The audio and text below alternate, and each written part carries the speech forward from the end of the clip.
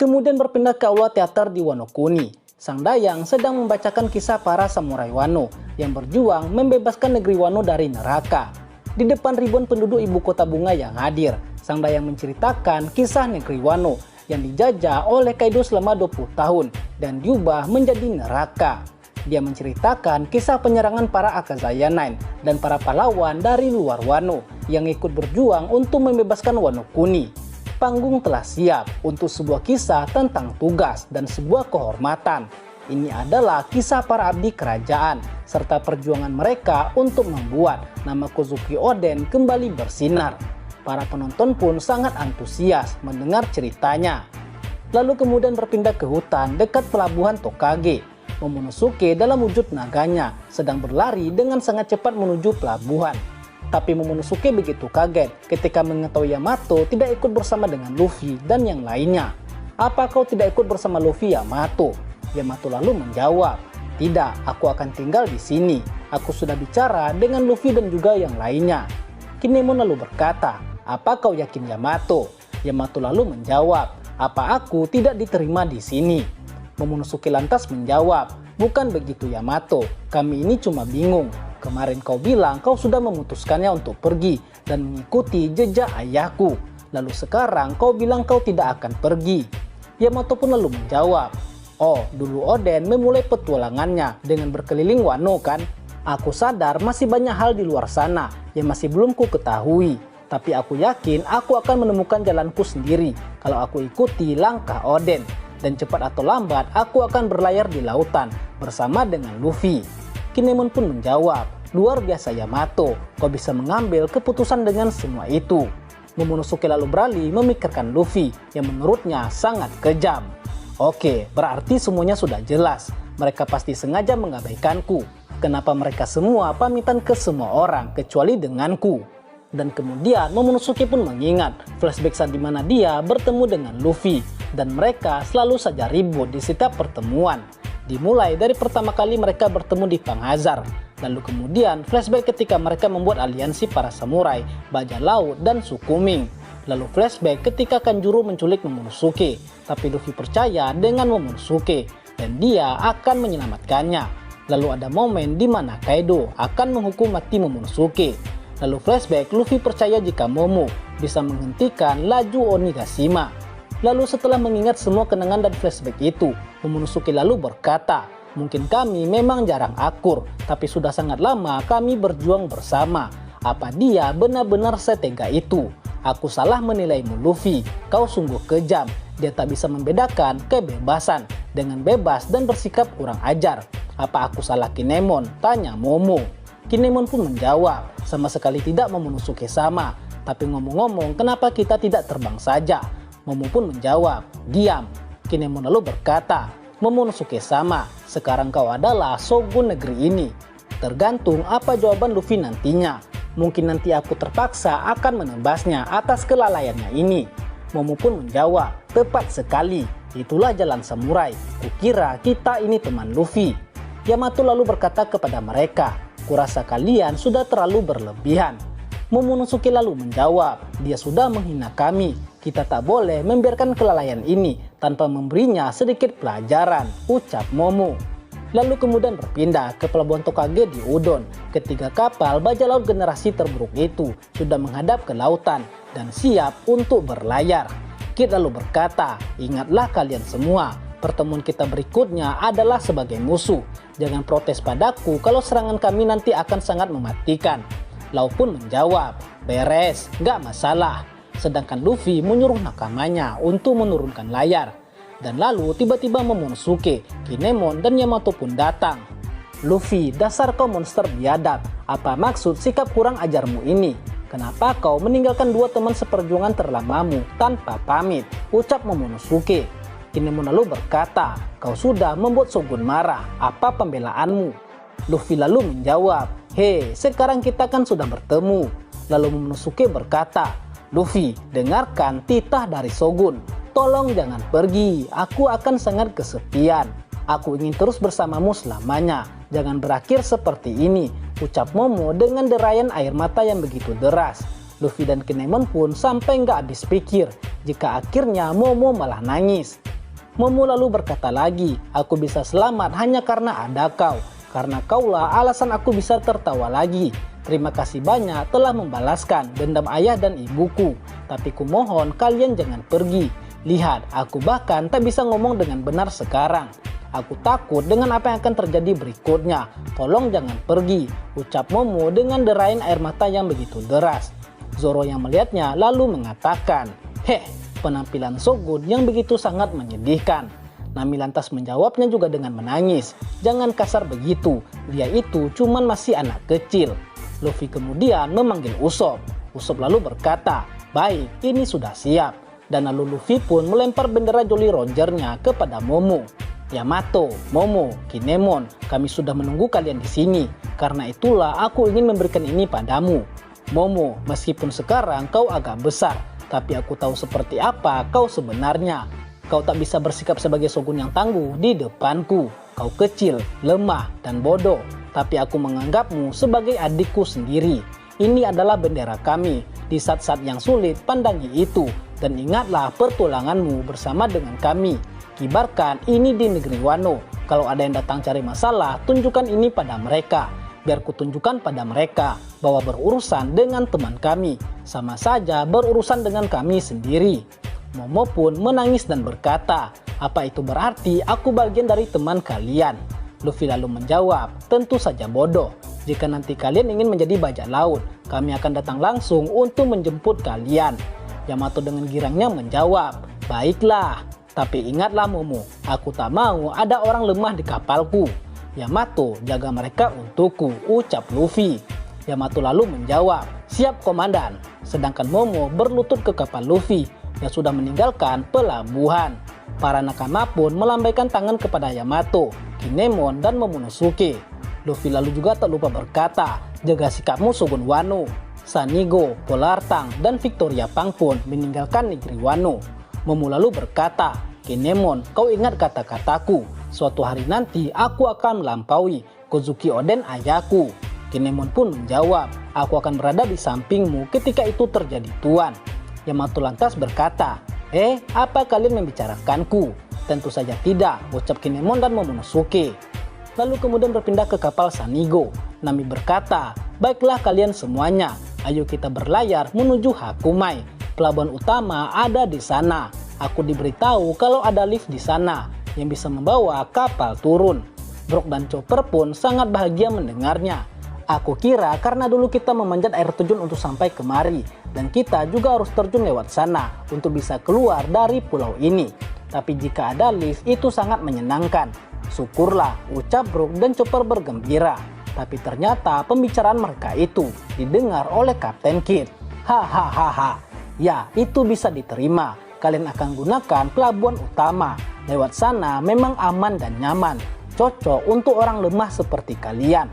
Mendengar perkataan Kid itu, Luffy dan Law pun menjadi sangat murka. Aman dan nyaman? Namun Nami dan yang lainnya langsung berusaha untuk menenangkan Luffy.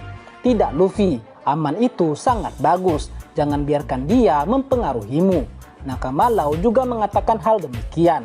Tunggu Kapten, kenapa wajahmu begitu? Kami semua juga setuju, pelabuhan utama lebih baik. Tapi Luffy dan Law merasa terhina dengan ucapan Kid itu. Dengan panasnya Luffy mengambil alih kemudi. Jinbe, berikan kemudinya padaku. Law juga demikian, dia mengambil kemudi dari Beppo. Rasakan ini. Ketiga kapal itu pun langsung terjun bebas dari atas negeri Wano. Semua nakama pun berteriak histeris ketakutan. Lalu kemudian berpindah lagi ke negeri Wano. Sang Dayang yang sedang menceritakan kisah perjuangan para Akazaya, menceritakan pahlawan yang datang. Para penjahat yang datang yang telah membebaskan negeri Wano, bagaikan dewa yang turun ke dunia nyata. Kekuatan mereka menerjang bagai tsunami, menyapu semua penghalang di depannya. Bahkan Kaido, sang Raja Naga, tak berkutik di hadapannya. Lalu di tengah kekacauan itu, Putri Hiyori berhadapan dengan ular Orochi yang lenyap di telan api. Dalam usaha terakhirnya untuk membalas dendam, Orochi berkata, dendam keluarga Kurozumi akan terus mengutuk negeri ini dari generasi ke generasi selamanya. Namun Putri Hiyori tak gentar sedikit pun, matanya tetap terbuka lebar. Kenangan penderitaan negeri ini selama 20 tahun mengobarkan hatinya. Kurozumi berarti arang, Mereka terlahir untuk dibakar. Para penonton pun bersorak-sorai di akhir cerita. Sang Dayang pun lalu menutup cerita hebat itu. Penutup kisah keji ini adalah sebuah pengorbanan yang sangat menggembirakan. Darah yang tertumpah demi membangkitkan klan kembali takkan pernah terlupakan. Sejarah pengorbanan mereka akan selalu terbang terbawa angin. Itulah akhir kisah hari ini tentang para samurai besar negeri kita dan bagaimana mereka dengan ajaibnya kembali bersama dengan kita. Dengan itu sudah saatnya kita beristirahat, saatnya kita membangun negeri Wano yang tercinta ini. Momonosuke, para Akazaya dan penduduk ibu kota pun bersorak-sorai atas cerita Sang Dayang yang sangat menguras emosional itu. Lalu kemudian keesokan harinya, Momonosuke, Yamato, dan Kinemon sedang mencari tempat tertinggi di ibu kota bunga. Momo berkata, di mana kita sebaiknya pasang bendera kebanggaan kita ini. Dan akhirnya bendera kebesaran Mugiwara itu pun dipasang di atas kastil Shogun. Setelah terjun bebas dari air terjun Wano, kapal Sanigo pun kembali ke Laut Biru untuk berlayar di lautan luas. Namun akibat tindakan Luffy yang sembrono itu membuat Nami sangat marah dan menghukumnya. Dasar Kapten Brengsek, tingkat tololmu yang barusan itu hampir saja membunuh semua kru. Ketololan yang bisa kami toleransi juga ada batasnya, ucap Nami sambil memaki-maki Luffy dan menyiksanya dan mengurungnya di dalam kandang besi. Sang Nyoyonko itu pun tak bisa berkutik di hadapan konternya itu. Maafkan aku, ucap Luffy dengan tubuh yang bengkak babak belur akibat dihantam oleh Nami. Melihat Nami yang begitu marah, Jinbe pun berusaha untuk menenangkannya. Hahaha, tapi tak ada yang terluka, jangan keras-keras menghukumnya, ucap Jinbe. Namun betapa kagetnya Jinbe ketika merasakan haki dari Nami. Kita harus tegas untuk mendisiplinkannya Jinbe. Jinbe pun langsung keringat dingin merasakan haki kemarahan Nami. Wah, apakah itu haki? Tanya Jinbe. Chopper lalu memperingatkan Jinbe. Bos, jangan bantah Nami kalau dia lagi marah. Dia bisa sangat menyeramkan. Dan di sisi lain, Franky sangat memuji kehebatan dan ketangguhan Sanigo. Hei, kalian sudah lihat kan gimana Sanigo terjun dari setinggi itu. Dan yang rusak cuma tiang kapal sedikit, ucap Franky. Lalu kemudian Nezuko datang memberikan surat kabar yang baru, yang dimana Robin yang mengambilnya. Terima kasih, ucap Robin sambil mengelus-ngelus kepala burung itu. Kepala burung mana nih? Nah, Robin lalu memanggil yang lainnya. Hei kalian semua, kelihatannya kita dapat bounty baru. Sanji lalu dengan begitu gembiranya ingin mengambilnya dari Robin, tapi Robin mengelak hingga Sanji pun terjatuh. Lalu kemudian narator mengatakan pembaruan bounty untuk pemimpin armada besar 5.600 awak serta para komandan tertingginya. Dr. Tony Chopper dari 100 berry menjadi 1000 berry. Karena nilai bounty-nya masih terlalu sedikit, Chopper pun jadi murka. Hei, apa-apaan ini? Naiknya cuma sedikit, ucap Chopper dengan marah. Padahal kalau dikira-kira, Chopper lah yang mengalami kenaikan bounty yang paling fantastis. Dari 100 berry menjadi 1000 berry. Gokil nggak tuh? Lalu kemudian bounty Nami menjadi 360 juta berry yang membuat Nami jadi sangat frustasi. Oh tidak, aku sendiri juga mau memburu orang dengan nilai bounty segini, ucap Nami. Lalu kemudian bounty Brook menjadi 383 juta berry. Brook menyambut bounty barunya itu sambil ngeteh santuy. Lalu Franky mendapatkan bounty 394 juta berry. Tapi Franky sangat begitu kaget dan kesal kenapa tiba-tiba poster bounty-nya malah berubah menjadi kapal Sanigo. Woi, apa kalian bercanda? Bahkan wajahku tidak kelihatan. Kenapa berubah menjadi kepala Sanigo? Lalu kemudian ada bounty Sniper God Usopp menjadi 500 juta berry. Usopp pun tak bisa membendung kesedihannya karena bounty-nya semakin hari semakin naik. Kumohon jangan naik lagi bountyku, ucap Usopp meratapi. Lalu Robin mendapatkan nilai bounty 930 juta berry. Dan untuk mengobati kesedihan Chopper, Robin memberikannya permen kapas untuk membuatnya ceria dan jangan sedih lagi karena bounty-nya yang kecil. Lalu kemudian ada bounty Sanji yang menjadi 1 miliar 32 juta berry. Lalu ada Jinbe mendapatkan nilai bounty 1 miliar 100 juta berry. Lalu ada Zoro mendapatkan nilai bounty 1 miliar 100 juta berry. Mengetahui hal itu, Sanji pun dibuat sangat kesal dan sangat marah Kenapa aku kalah dari si Marimo? Dasar sialan. Selain itu, kau juga jimbe. Rupanya kau sama saja dengannya. Persetan dengan kalian, ucap Sanji. Jimbe lantas bertanya, Sanji, apa kau baik-baik saja? Tanya Jimbe. Zoro dengan sumringahnya berkata, abaikan saja dia Jimbe, dasar peringkat 4. Sanji pun kesal diejek oleh Zoro. Dan seperti biasa, mereka pun kembali baku hantam dan duel. Siapa yang kau sebut peringkat 4 brengsek? Ucap Sanji. Zoro pun berkata, oh kau berani melawan peringkat 2 ya? Dan lalu ke-9 komandan tertinggi itu dipimpin oleh sang kapten terhebat Monkey D. Luffy yang bernilai 3 miliar berry. Tolong keluarkan aku dari sini, perutku lapar, ucap Luffy yang memohon kepada Nami untuk dikeluarkan dari dalam kandang. Sungguh seorang kapten yang hebat. Nah, lalu kemudian berpindah ke Pulau Karibari, markas Yonko badut si Bagi. Para anak buah Bagi begitu kaget ketika mengetahui Takanome Mihawk, pendekar pedang terhebat nomor 1 di dunia, sedang berada di tempat mereka. Hei, apa kalian sudah melihatnya? Hebat, ternyata itu sungguhan. Jadi dialah pendekar pedang terkuat di dunia. Padahal aku sempat berpikir setelah si Chibukai dibubarkan, nasib kita sudah berakhir ketika armada angkatan laut mengepung kita. Tapi Kapten Bagi memang hebat, tak kusangka dia bisa melakukan hal seperti itu. Lalu kemudian berpindah ke tempat Bagi, Mihawk dan Krokodil, yang ternyata Bagi sedang disiksa habis-habisan oleh Krokodil dan juga Mihawk. Tunggu dulu, tolong jangan bunuh aku. Aku bersedia melakukan apapun. Aku bahkan bersedia menjilat sepatu kalian, ucap Bagi dengan wajah babak belur. Lalu Krokodil berkata sambil memegang kepala Bagi, dengar ya, Cross Guild adalah organisasi yang kubentuk bersama Takanome. Kenapa kau yang malah menjadi pemimpinnya? Bagi lalu menjawab, aku benar-benar hanya bisa minta maaf. Tolong jangan diambil hati. Lalu kemudian Mihawk berkata, kau adalah orang yang pertama sekaligus terakhir yang bisa mendapatkan gelar Yonko hanya dengan terus minta maaf. Kalau kami tidak membunuhmu, maka kami tak akan bisa menjadikanmu contoh bagi orang-orang. Krokodil lantas berkata, emosi yang kurasakan saat ini sudah bukan lagi perasaan terhina, tapi ini sungguh memalukan. Ini lebih buruk dari penghinaan. Itu adalah kata-kata yang lebih tepat untuk ini. Bagi hanya bisa terus berkata, ampuni aku. Mihawk lalu menjawabnya, jangan meminta hal yang mustahil.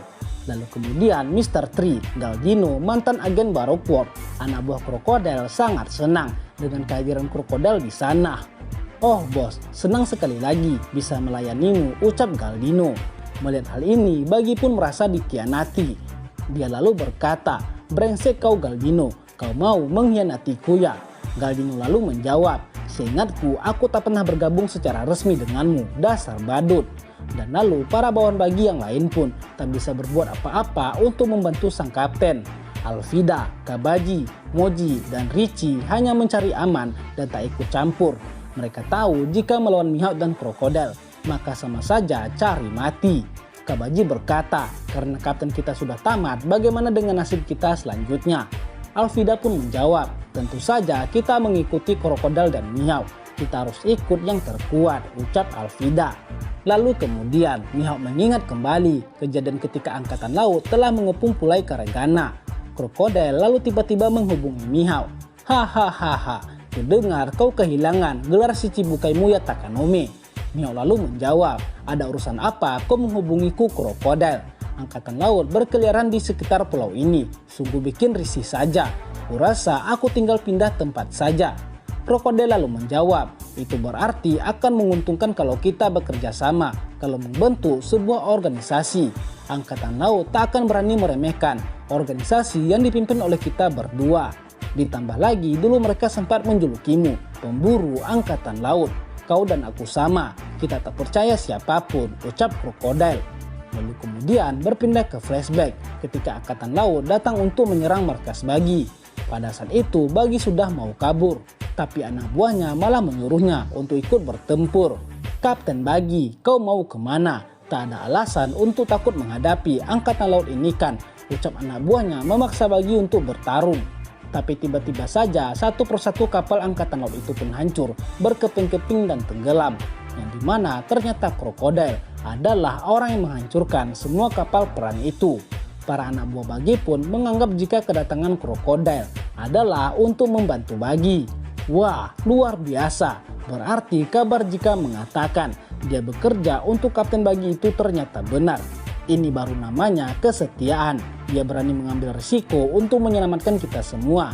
Ini baru namanya Kapten Bagi kita. Tapi ternyata kedatangan krokodil itu adalah untuk menagih hutang yang dipinjamkan oleh Bagi. Bagi pun sangat ketakutan ketika mengetahui krokodil lah yang datang. Celaka, dia pasti kemari untuk menagih uang yang aku pinjam. Sekarang ini aku lagi bokeh, bagaimana ini?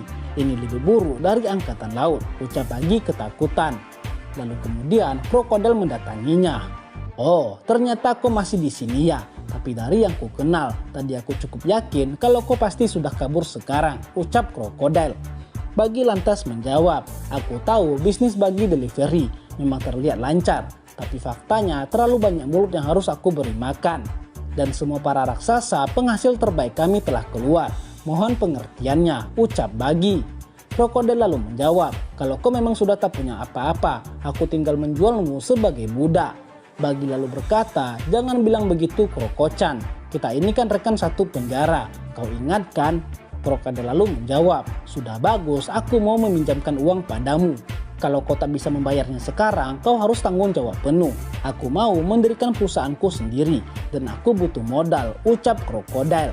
Mendengar hal itu, Bagi pun punya rencana. Oh, kalau begitu bagaimana kalau aku gabung? Kau bisa pakai perusahaanku untuk membantu memulai bisnismu. Mungkin tidak seberapa, tapi kau bisa mendapatkan mantan si Cibukai sebagai pembantumu. Aku akan kerja 2 kali lipat untuk melunasi hutangku. Aku punya banyak anak buah yang bisa membantu kita untuk mengurus bisnismu. Soal iklan, tenaga ahli percetakan, kurir, kau boleh kerjakan kami semua dengan gratis. Dan singkatnya, tawaran dari Bagi itu pun diterima oleh krokodil. Dia menyerahkan urusan iklan organisasi barunya kepada Bagi. Tapi yang terjadi malah membuat krokodil murka. Dia dan Mihawk yang seharusnya menjadi pemimpin Crossguild malah terlihat seperti bawahan Bagi dan menjadikan Bagi sebagai pemimpin dari mereka. Lalu kembali ke masa sekarang. Hei, kau lihat ini kan badut. Ini poster yang sudah kau sebar ke seluruh dunia. Kau terlihat mencolok sekali ya Pak Presiden. Aku dan Takanome terlihat jadi budakmu. Bagi lalu menjawab, bukan begitu maksudku. Aku sama sekali tidak bermaksud membuatnya seperti itu. Krokodil lalu bertanya, memangnya apalagi tujuanmu kalau bukan karena niat buruk? Bagi lalu menjawab, aku melakukannya secara tidak sengaja. Itu karena pegawaiku terlalu menghormatiku. Aku sendiri kaget melihatnya. Lalu diperlihatkan flashback ketika bawahan Bagi membuat poster Crossguild dengan Bagi seperti pemimpin dari krokodil dan juga Takanome Mihawk. Dan mereka sudah menyebarkan poster itu ke seluruh dunia. Bagi pun auto jantungan ketika melihat poster itu. Dan karenanya pemerintah dunia pun langsung menanggapi organisasi Crossguild dan mereka mengira Bagi adalah pemimpinnya. Flashback lalu berpindah ke markas angkatan laut yang membahas tentang Crossguild dan Bagi. Oh, jadi dia Bagi yang menjadi salah satu dalang insiden Impel Down. Kita selama ini sudah salah menilainya. Dia ternyata adalah mantan kru Raja Bajak Laut Goldie Roger. Dia disebut-sebut setara dengan Yonko Akagami no Sanks. Sosoknya begitu penting hingga bahkan krokodil langsung turun tangan untuk menyelamatkannya di Pulau Karaibari. Selain itu, dari hasil penyadapan telah memastikan adanya keterkaitan antara krokodil dan juga Mihawk. Akibatnya ada banyak organisasi gelap yang bersedia menyuntikkan dana untuk operasi perburuan angkatan laut ini. Jika dilihat dari kekacauan yang ditimbulkan di dunia saat ini, bisa dikatakan Crossguild adalah organisasi yang sangat berbahaya bagi kita. Kita saat ini juga menjadi incaran para bajak laut dan orang-orang untuk mendapatkan tebusan bagi kepala kita. Mereka harus segera dimusnahkan. Krokodil, dia adalah mantan Shichibukai. Dia pemilik buah iblis tipe Logia yang sangat tangguh. Nilai bounty-nya 1.965 juta berry. Lalu ada Takanome Mihawk, juga mantan Shichibukai, sekaligus pendekar pedang terkuat di dunia saat ini. Dia bahkan dikatakan sanggup menyimbangi salah satu Yonko yaitu Akagami no Sanks. Pemerintah dunia menghadiahi kepalanya senilai 3.590 juta berry. Dan terakhir bagi si badut jenius, Selain latar belakangnya yang disebutkan tadi, dia bahkan mampu membuat Mihawk dan krokodil tunduk padanya. Pemerintah dunia pun memberikan 3 miliar 189 juta berry untuk kepalanya, sekaligus menjadikannya sebagai New Yonko seperti Mugiwara no Luffy. Bagi merupakan sosok berbahaya yang sangat diwaspadai oleh pemerintah dunia. Nah, lalu kembali ke masa sekarang, krokodil dan Mihawk masih melanjutkan penyiksaannya kepada Bagi. Kau berhasil menjadi Yonko, hebat juga kau badut, ucap krokodil.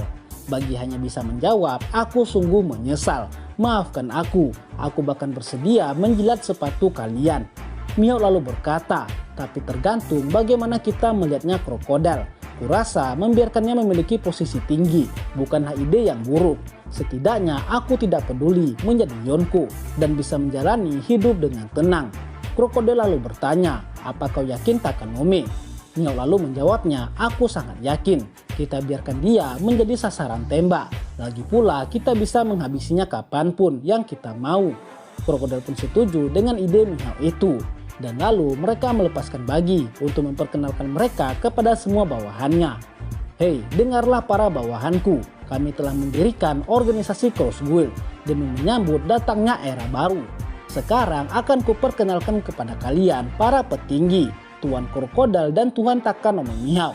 Bawahan Bagi pun sorak-sorai menyambut kedatangan Mihawk dan krokodil. Kemudian berpindah ke Pulau Kamabaka. Para pasukan revolusioner sedang berkumpul setelah kembalinya para komandan dari Marijoa. Betty mengatakan kepada Koala agar tidak perlu mencebaskan Sabo karena dia pasti akan baik-baik saja. Koala lalu menjawab, ya setidaknya aku lega karena kalian semua baik-baik saja. Ivankov lalu berkata, itu benar, kita harus merayakan keajaiban ini. Morley lalu menjawab, dasar Sabo, dia tak akan kumaafkan karena sudah membuat kita semua cemas. Karasu lalu berkata, jika dia percaya kepada Sabo. Lalu kemudian Dragon berkata, Sabo pasti baik-baik saja, tapi jika benar dia yang telah membunuh Raja Kobra, maka aku tak akan memaafkannya meski dia punya alasan kuat sekalipun. Lalu Dragon kemudian berjalan menuju Kuma. Kuma, apa yang sebenarnya yang telah kau lihat? Lalu kemudian tiba-tiba dendeng musi pun berbunyi dan Koala pun mengangkatnya. Angkatan laut pun menyadari ada panggilan masuk ke Pulau Kamabaka. Hei, itu mungkin Kaisar Api Sabo. Segera rekam dan lacak lokasinya. Dan kemudian Sabo berkata, halo Koala, ini aku Sabo.